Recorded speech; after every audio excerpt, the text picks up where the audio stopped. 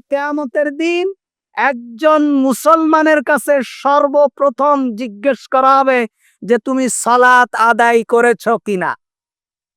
পানি নেই, তায়াম্মুমের আয়াত নাজিল হয়েছে, মাটির উপরে হাত রেখে মাসহ করে সালাত আদায় করো। পানি নেই, তা কি হয়েছে? সাহাবায়ে কেরাম এমন অবস্থা ছিলেন যে একটা কাপড় যেটা দিয়ে সতর ঢাকা যায়, ওই কাপড় দিয়ে নিজে সালাত আদায় করে বাড়ি এসে সেই কাপড় স্ত্রীকে খুলে দিয়েছেন, তারপরে স্ত্রী সেটি পরে সতর ঢেকে সালাত আদায় করেছে। সালাত এমন গুরুত্বপূর্ণ ইবাদত, এজন্য কোন মুমিন কখনো কোনো অবস্থাতে সালাত ছেড়ে দিতে পারে না। যে অবস্থায় থাকবেন, যেখানে থাকবেন, যে অবস্থায় থাকবেন সালাত আদায় করবে। বেশি না পারলে অন্তত ফরজটা হলেও আদায় করে নেবে। বেশি না পারলে অন্তত ফরজটা হলেও আদায় করে নেবেন, কিন্তু সালাত ছেড়ে দেওয়া যাবে না।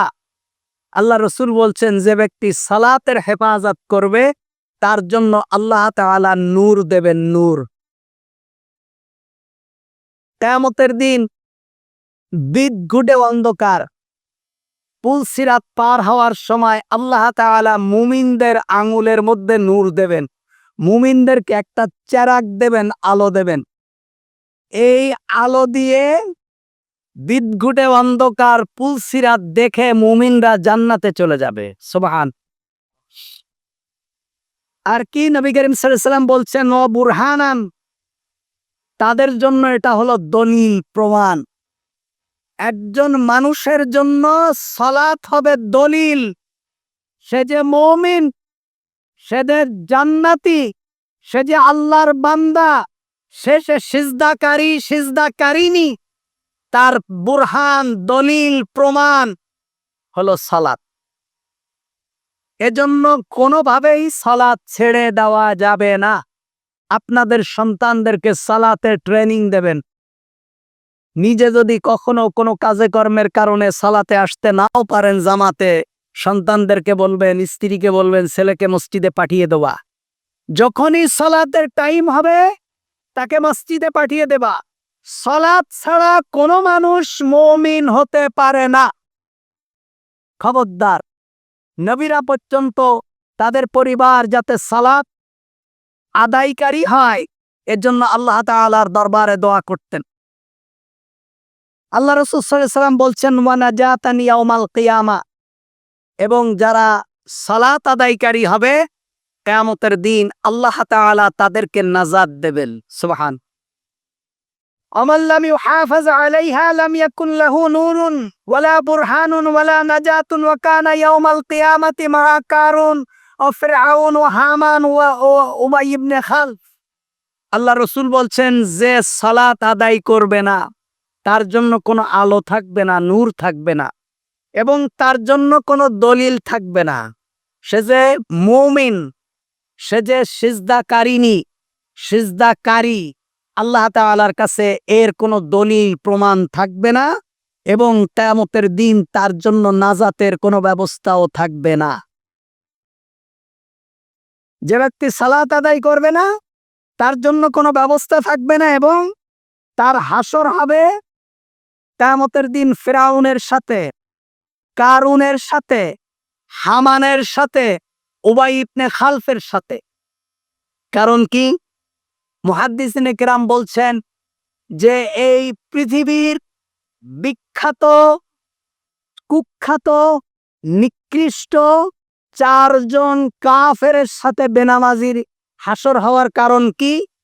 মুহাদ্দিসিনে কেরাম বলছেন, মানুষ সাধারণত সালাত পরিত্যাগ করে চারটা কারণে। একটা হলো সম্পদের কারণে, আরেকটা হলো রাষ্ট্রীয় কারণে, আরেকটা হলো প্রশাসনিক কারণে, আরেকটা হলো বাণিজ্যিক ব্যস্ততার কারণে। বলেন কয় কারণে? চার কারণে। একটা হলো সম্পদের কারণে, মানুষ ব্যবসা বাণিজ্য বেড়ে গেছে, সম্পদ প্রচুর হয়ে গেছে, এগুলো রক্ষণাবেক্ষণ হিসাব নিকাশ করতে গিয়ে সালাতকে ছেড়ে দেয়। আর যখন মানুষ এমনিই তো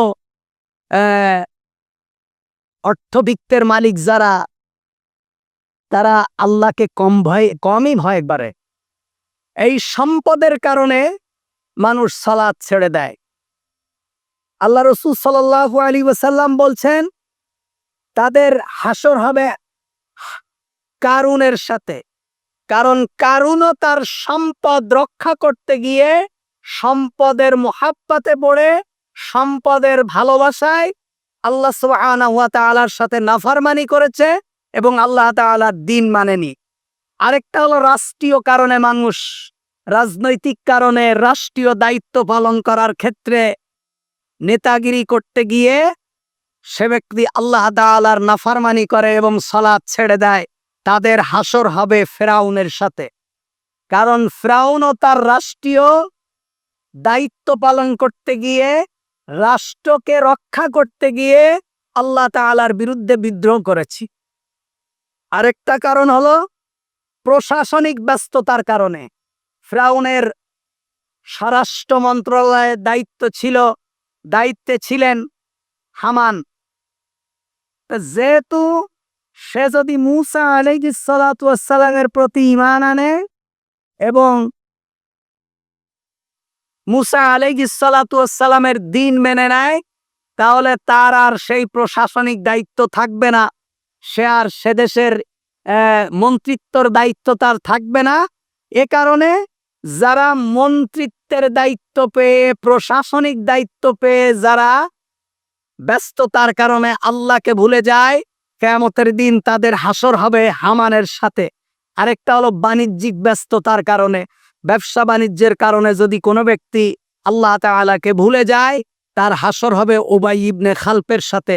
এ কারণে নবী করিম সাল্লাল্লাহু আলাইহি ওয়াসাল্লাম বলেছেন, ওয়াকানা ইয়াউমাল কিয়ামাতি মা কারুন ওয়া ফিরআউন ওয়া হামান ওয়া উবাই ইবনে খালফ। যারা সালাতকে হেফাজত করবে না, যারা সালাত ছেড়ে দেবে, তাদের হাসর হবে এই কাফেরদের সাথে। নামাজ এমন একটি গুরুত্বপূর্ণ ইবাদত, আল্লাহ তাআলা কিয়ামতের দিন সকল হাসরবাসীকে বলবেন, ওয়াইদা কিলা লাহুম উরকাউ লা ইয়ারকাউন। আল্লাহ তাআলা একেবারে ঘোষণা দিয়ে দিবেন যে তোমরা আল্লাহ তাআলার দরবারে সিজদা করো, রুকু করো। আরেকটি আয়াতে আছে, ইয়াউমা ইউকশাফু আন সাকিন ওয়া ইউদআউনা ইলা সুজুদ। মানুষদেরকে বলবে তোমরা সিজদা দাও। তা আল্লাহ তাআলা বলবেন তোমরা রুকু করো। দুনিয়াতে যাদের রুকু করার অভ্যাস ছিল না, যারা দুনিয়াতে আল্লাহ তাআলার দরবারে রুকু করেননি, রুকু করতে অভ্যস্ত ছিল না, আল্লাহ তাআলা যখন তাদেরকে রুকু করতে বলবেন হাসরের মাঠে, তারা আর রুকু করতে পারবে না। শুধুমাত্র যারা দুনিয়াতে রুকু করার অভ্যাস ছিল, সিজদা করার অভ্যাস ছিল, তারাই কেবলমাত্র কিয়ামতের দিন আল্লাহ তাআলার দরবারে রুকু করতে পারবেন এবং সিজদা করতে পারবেন।